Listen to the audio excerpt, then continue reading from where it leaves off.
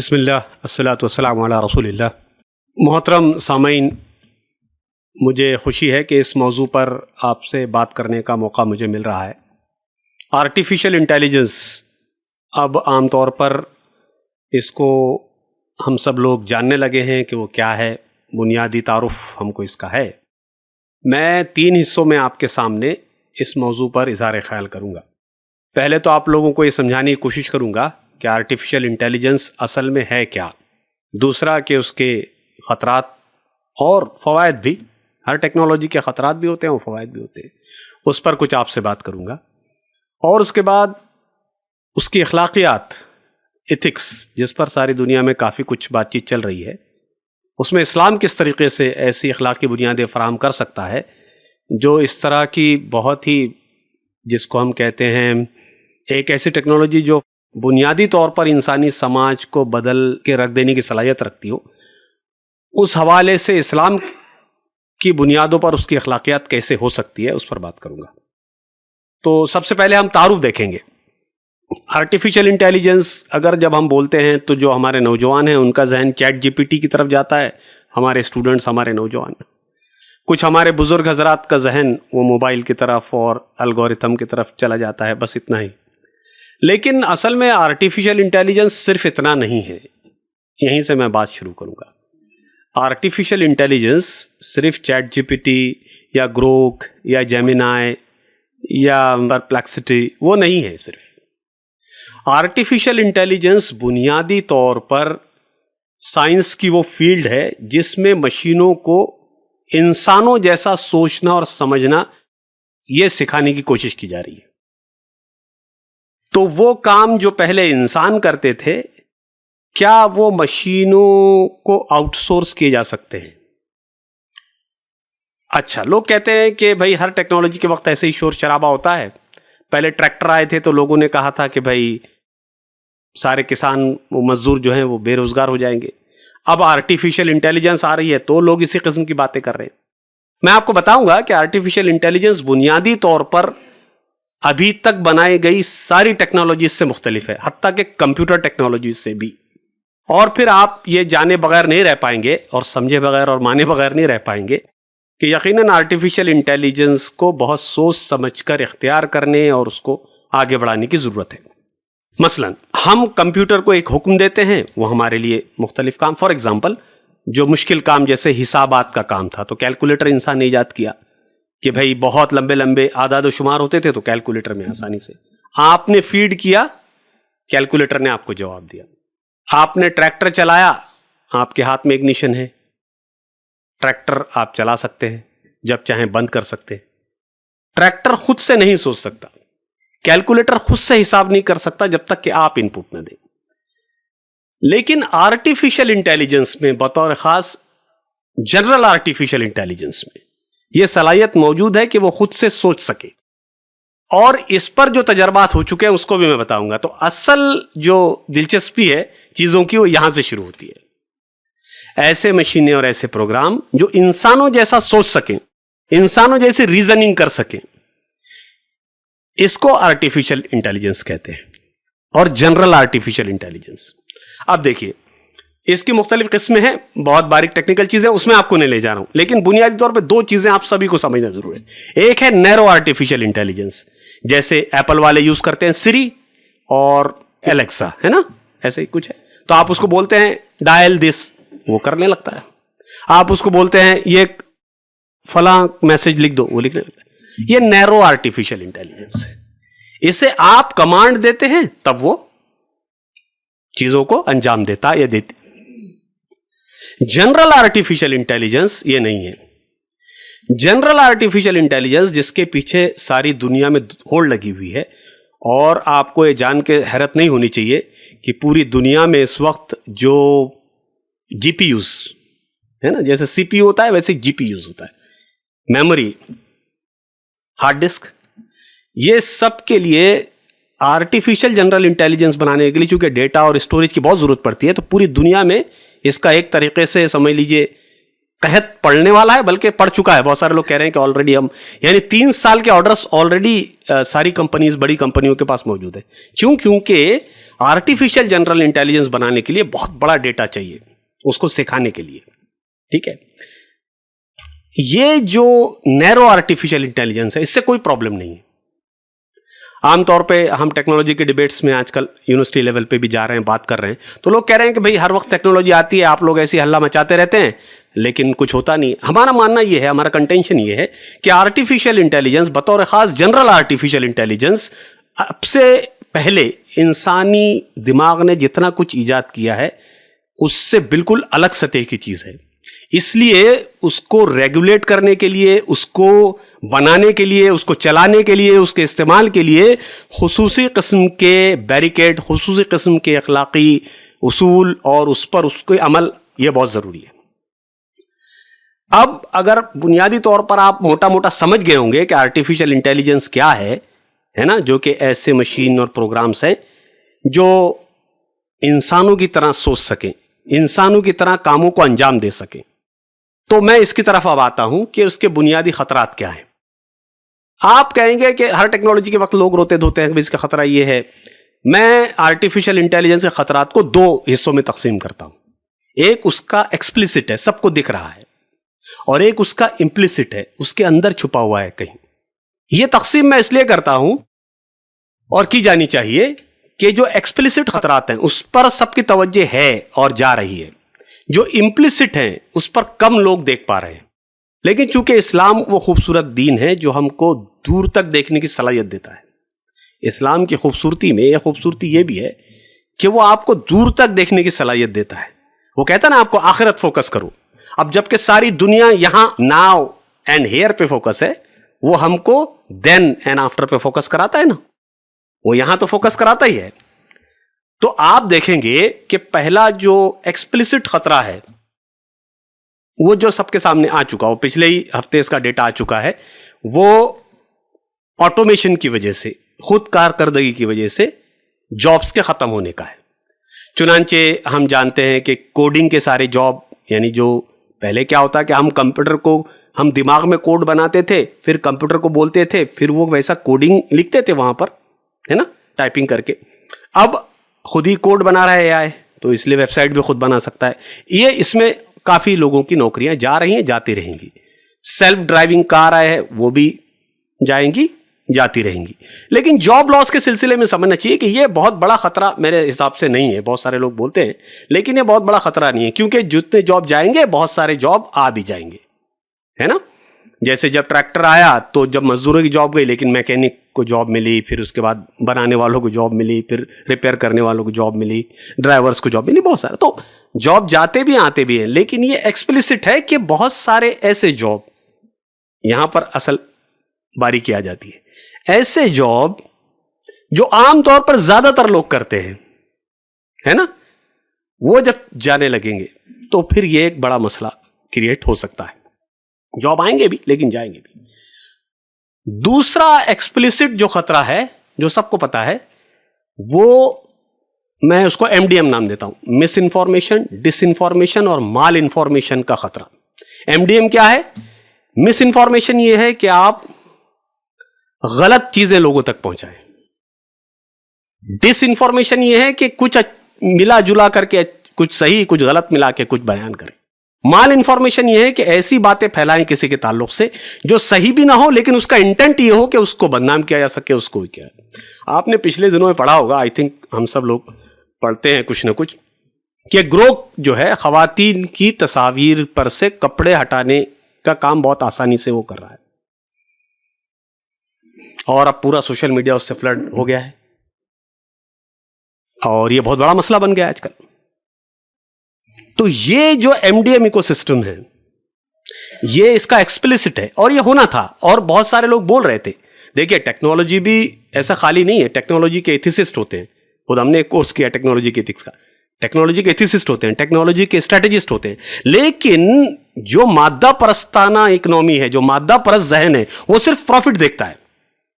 اور اسی لیے اس سب کو آج کل آئی بال اکنامی کہا جا رہا ہے, کہ اگر آپ زیادہ سے زیادہ دیر تک کسی یوزر کے آئی بال کو کیچ کر سکتے ہیں تو وہ ہر لمحہ پیسہ ہے, کیونکہ پھر ایڈ آتا ہے, پھر یوزیج آتا ہے, پھر ٹائم آتا ہے, بہت ساری چیزیں آتی. تو یہ دوسرا ایکسپلیسٹ ہے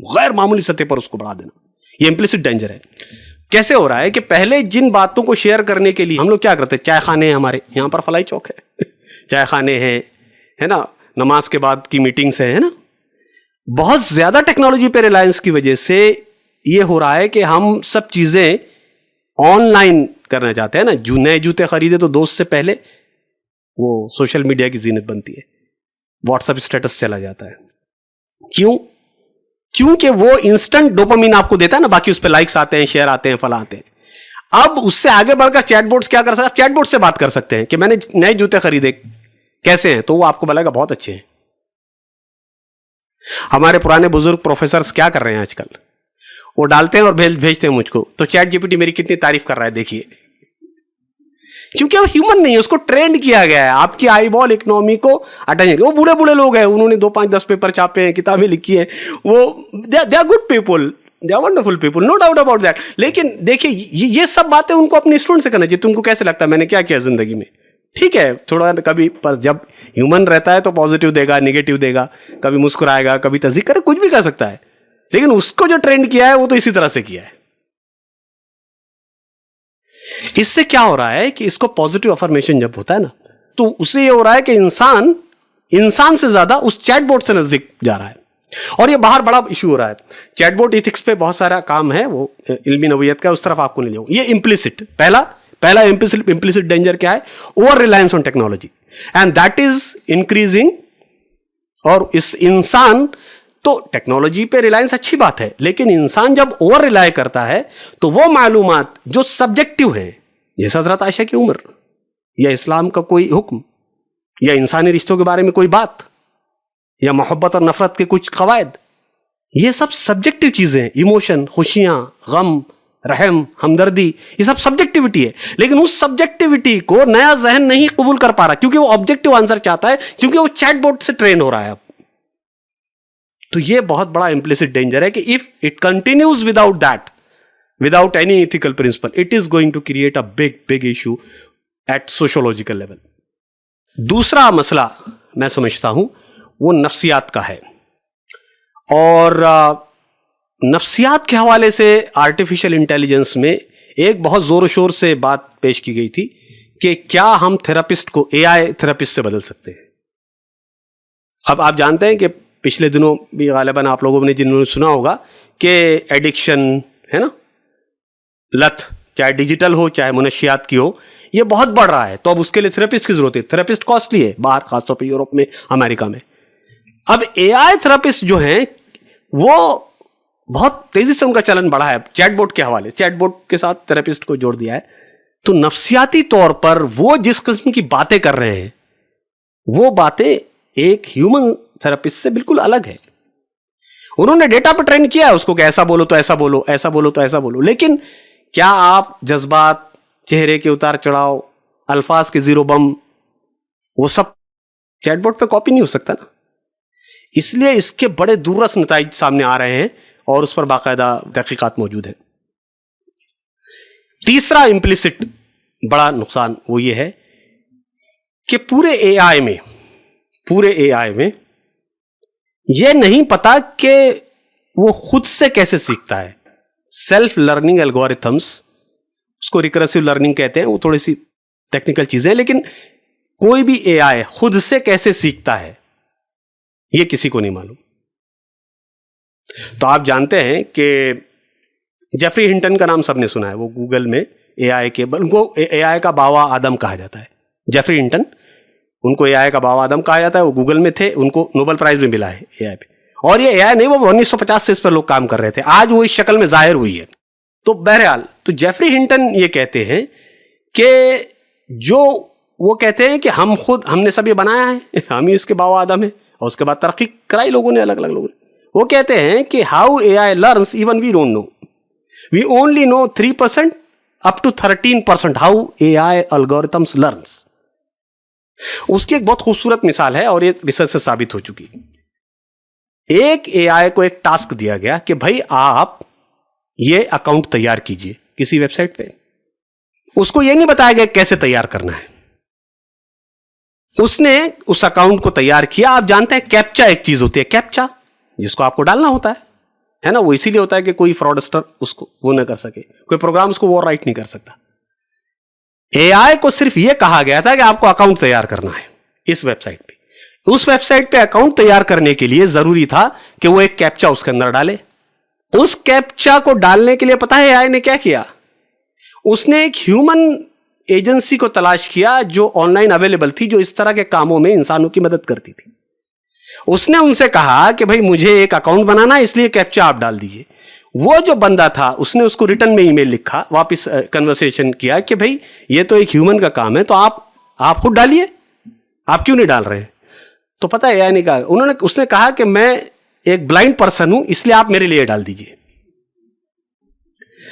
ہنٹن یہ کہتے ہیں کہ یہ کرنے کا حکم اسے کسی نے نہیں دیا تھا, اور کسی کو یہ نہیں معلوم کہ اس نے کیسے سیکھا. یہ جب پیپر چھپا اور میرے پاس اس کی کاپی ہے, جو لوگ چاہیں لے لیں, تو سارے لوگوں میں ہڑبوک مچ گیا کہ بھئی یہ کیا ہے. بہت سارے لوگوں نے اس کا جسٹیفیکیشن بھی دیا کہ بھئی اس کو صرف کام کرنے سے مقصد ہے, کیسے کرے گا یہ اس میں آپ نے اس کو ٹرین نہیں کیا ہے, تو وہ کیسے بھی کرے. پھر اب جیفری ہنٹن یہ کہتے ہیں کہ اس طرح کی جو چیزیں ہیں, اور اس کو میں نے امپلیسٹ ڈینجر کا نام دیا ہے, کہ یہ اس طرح کی چیزیں ہیں جو کہ امپلیسٹ ہیں, یہ بہت زیادہ دکھ نہیں رہی ہیں, لیکن یہ بہت خطرناک ثابت ہو سکتی ہیں. اس لیے جو اصل بات ہے تیسری, کہ ان کے پاس ٹرانسپیرنسی نہیں, ہم نہیں جانتے کہ یہ کس طریقے سے بنے گی, کس طرح. یہ میں بات کر رہا ہوں آرٹیفیشل جنرل انٹیلیجنس کی. آپ وہ کاریں چلوا لیجئے, ڈرائیور لیس کار چلا لیجئے, اور بہت سارے میتھمیٹکس سے کام کرا لیجئے, وہ ٹھیک ہے, وہ کوئی پرابلم نہیں ہے, وہ کرتے رہیں گے. کچھ نوکریاں جائیں گی, کچھ آئیں گی, وہ بھی مسئلہ نہیں ہے. ہمارا مسئلہ یہ ہے کہ آرٹیفیشل جنرل انٹیلیجنس جس کی اخلاقیات ابھی تک طے نہیں ہو پا رہی ہیں. اب میں نے تعارف پیش کیا, میں نے خطرات پیش کیے. خطرات دو طرح کے پیش کیے, ایک ایکسپلیسٹ, ایک امپلیسٹ. امپلیسٹ میں 3 چیزیں, ایکسپلیسٹ میں 3 چیزیں. اب میں آتا ہوں کہ اس کی اخلاقیات کے بارے میں, اور یہ سب سے عجیب و غریب بات ہے. دیکھیے, مختلف یورپین یونین کے اپنے قواعد ہیں, اور امریکہ میں بھی ایک بڑا لا انیکٹ کیا تھا انہوں نے, اے آئی ایتھکس کے نام سے. آپ ڈالیں گے تو گوگل پہ مل جائے گا. مغربی تہذیب کسی بھی ایتھکس کے لیے, کسی بھی اخلاقیات کے لیے, چونکہ وہ ایک سیکولر ایتھسٹک ہیومنسٹک فریم ورک ہے. سیکولر جس میں کہ تمام چیزیں برابر ہیں, تمام دھرم وغیرہ وہ سب. ایتھسٹک جس میں کہ کسی خدا کے بغیر اس کائنات کا وجود ہے, اور ہیومنسٹک یعنی انسانی بنیادوں پر. تو سیکولر ایتھسٹک ہیومنسٹک فریم ورک میں کیا ہوتا ہے, 2 چیزیں ہوتی ہیں کہ بھئی ایسی ٹیکنالوجی بنائی جائے جو سب کے لیے فائدے مند ہو. اس کو یوٹیلیٹیرینزم کہتے ہیں, کہ at the end of the day جو سب کے لیے فائدے مند ہو ویسی ٹیکنالوجی بنائیں گے. ٹھیک ہے. ایک ہے ڈیونٹولوجی, یعنی ایک اور فریم ورک ہے, میں آسان لفظوں میں سمجھاتا ہوں. وہ مغربی ایتھکس یہ کہتی ہے کہ اگر ایسی ٹیکنالوجی ہو جو سب کے لیے فائدہ مند ہو تو وہ بنائیں گے, اور ایک یہ کہ جو سب کے لیے خوشیوں کا سامان کر سکے وہ بنائیں گے. اب ہم یہ نہیں جانتے کہ آرٹیفیشل جنرل انٹیلیجنس کیسے سب کے لیے خوشیوں کا سامان ہو سکتا ہے. یہ بڑا کٹھن سوال ہے, کیسے اس کو ریگولیٹ کریں گے. آپ یہ بات سمجھیے کہ اگر اے آئی کو ایتھیکل لیول پہ روکنے کے لیے, بنانے کے لیے, ریگولیٹ کرنے کے لیے جیسے ہی کچھ کرتے ہیں اس سے 10 قدم آگے چلی جاتی ہے وہ. یعنی by the time you enact the law it has already created new problems so that new laws can be made. تو یہ بہت بڑا مسئلہ ہے. جیسے فیصلہ کون کرے گا کہ بھی سب کے لیے بہتر ہے, فیصلہ کون کرے گا کہ سب کے لیے خوشیوں کا سامان ہو سکتا ہے. مغرب میں اس وقت جتنے بھی لاز وغیرہ بنائے جا رہے ہیں ہم سمجھتے ہیں کہ وہ ایک خاص فریم ورک میں ہے, اور وہ فریم ورک مادہ پرستانہ فریم ورک ہے, مٹیریلسٹک فریم ورک ہے. اس میں انسان ایک کنزیومر ہے. صرف انسان کیا ہے, صرف ایک کنزیومر ہے جو خریدتا ہے. ابھی تو مطلب وہ سارے خطرات تو ابھی میں نے اس میں امپلیسٹ میں وہ سب بیان بھی نہیں کر پایا کہ یہ جو اختیار اور ول جس کو ہم کہتے ہیں نا, اس کی جو آزادی ہم سمجھتے ہیں, وہ خود بری طریقے سے اے آئی مینیپولیٹ کر رہا ہے, کرے گا. پچھلے دنوں اے آئی ان پالیٹکس پہ میرا ایک لیکچر ہوا تھا, شاید وہ کسی جگہ اویلیبل ہوگا. اس میں ہم نے بتایا تھا کہ الیکشنز کو کیسے مینیپولیٹ کیا جا سکتا ہے اے آئی کے ذریعے سے. وہ اختیار اور آزادی جو آپ سمجھ رہے ہیں آپ کی خود کی ہے, کہیں وہ الگوریتھم نے تو آپ کے دماغ میں نہیں بٹھائی ہے. یعنی آپ یہ سمجھیے کہ ٹرمپ کے الیکشن میں, سیکنڈ الیکشن میں, ایسے لوگوں کو سب سے زیادہ ٹرمپ کے فلائر اور ان کو ووٹ بھیجے گئے جو فورڈ کار خریدتے تھے، کیونکہ فورڈ ایک نیٹو کمپنی ہے، اور نیٹو کمپنی ہے تو وہ نیشنلسٹ ٹائپ کے ذہن، قومیت زدہ ذہن ہوں گے۔ فلپین میں تو یہ جو ہم کو دکھتا ہے کہ آپ کے پاس ایک کے بعد ایک آ رہا ہے، تو یہ صرف سمپلی یہ نہیں ہے کہ بھئی آپ نے کچھ دیکھ لیا جماعت اسلامی کا تو جماعت اسلامی ہی آ رہا ہے، وہ کیومولیٹیولی آپ کو اندازہ کرتا ہے آپ کے بارے میں اور پھر آپ کو ریکمنڈیشن دیتا ہے۔ تو نیرو اے آئی آگے بڑھ کر کے آپ کے فیصلے پر، اختیار اور آزادی پہ اثر انداز ہو سکتا ہے۔ تو کیا ایسی ٹیکنالوجی جو آپ کے اختیار اور آزادی پر کمن ڈال سکتی ہو، کیا وہ سب کے لیے خوشی کا باعث ہو سکتی ہے؟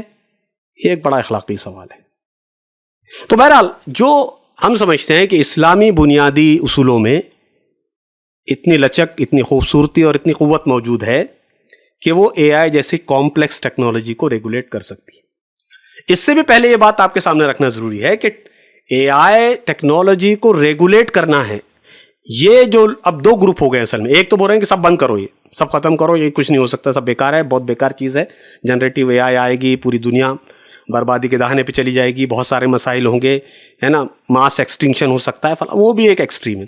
ایک کہہ رہے ہیں کہ نہیں اس کو بے لگام جانے دیجئے، مارکیٹ خود اپنے آپ کو ریگولیٹ کر لے گا، جو لوگ قوت رکھتے ہیں اس کے ساتھ خود مینیج کر لیں گے، اور اخلاقی اصول میں جیسے ہم نے ایٹم بم کو مینیج کیا اس کو بھی مینیج کر لیں گے۔ یہ دو ایکسٹریم ہیں، ہم سمجھتے ہیں دونوں ایکسٹریم غلط ہے۔ ہمارا ماننا یہ ہے کہ اعتدال اور وسط کے حوالے سے جو بات سمجھنی چاہیے وہ یہ کہ ہم نیرو اے آئی جو بڑے پیمانے پر لوگوں کو پریشان نہیں کرے گی، ہم اس کی ڈیولپمنٹ کنٹینیو رکھیں گے، اور آرٹیفیشل جنرل انٹیلیجنس جب تک کہ ہم یہ نہ سمجھ لیں کہ وہ کیسے کام کرتی ہے، جب تک ہم یہ نہ بنا لیں کہ اس کے لیے اخلاقی اصول کیا ہوں گے، جب تک ہم یہ نہ بنا لیں گے اس کی حدود کہاں تک ہوں گی، کہاں تک ہم اس کو سوچنے سمجھنے کی صلاحیت دیں گے، تب تک اس پر روک لگنی چاہیے۔ یہ جو نقطہ نظر ہے یہ بالکل ڈیفرنٹ ہے اب تک کے ذریعے پیش کیے گئے نقطہ نظر کے حوالے سے۔ ہمارے نزدیک ہم سمجھتے ہیں کہ آرٹیفیشل جنرل انٹیلیجنس اور نیرو انٹیلیجنس میں فرق کیا جانا چاہیے۔ آرٹیفیشل جنرل انٹیلیجنس کو اس وقت تک روکے رکھنا چاہیے جب تک کہ ہم اس کے لیے افیکٹو فریم ورکس نہ بنا لیں، اور نیرو انٹیلیجنس جس میں آپ سیلف ڈرائیونگ کار ہیں، الگورتھم ہیں، وغیرہ وغیرہ ہیں، اس کو کسی حد تک ریگولیٹ کر کے اس کو آپ ڈیولپمنٹ کے لیول پہ لے جا سکتے ہیں، اس میں کوئی بڑا مسئلہ نہیں ہے۔ اسلامی اخلاقیات دو حوالے سے اے آئی کا بہت شاندار حل پیش کرتی ہے ہمارے نزدیک۔ ایک حوالہ یا ایک پہلو اس کا وہ قواعد الفقیہ سے ہے، جو کم بات کی جا رہی ہے، ہم سمجھتے ہیں اس پہ زیادہ بات ہونی چاہیے، اور چونکہ تحریک اسلامی اس کی متحمل ہے اسی لیے ہم نے یہاں یہ ٹاپک بھی رکھا تاکہ یہ نوٹ رہے کہ اس طرح کسی زمانے میں ایسی کوئی بات ہوئی تھی۔ اسلام کے حوالے سے ہم سمجھتے ہیں کہ قواعد الفقیہ، اور جس کو آج کل کافی پاپولر ہو گیا ٹرم، وہ مقاصدی تصور ہے، یعنی مقاصد الشریعہ۔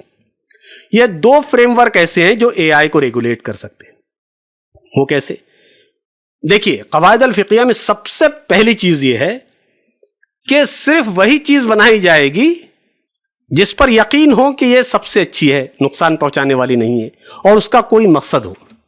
دوسرا قواعد الفقیہ یہ ہے کہ جس چیز میں شک ہوگا اس چیز کو روک دیا جائے گا۔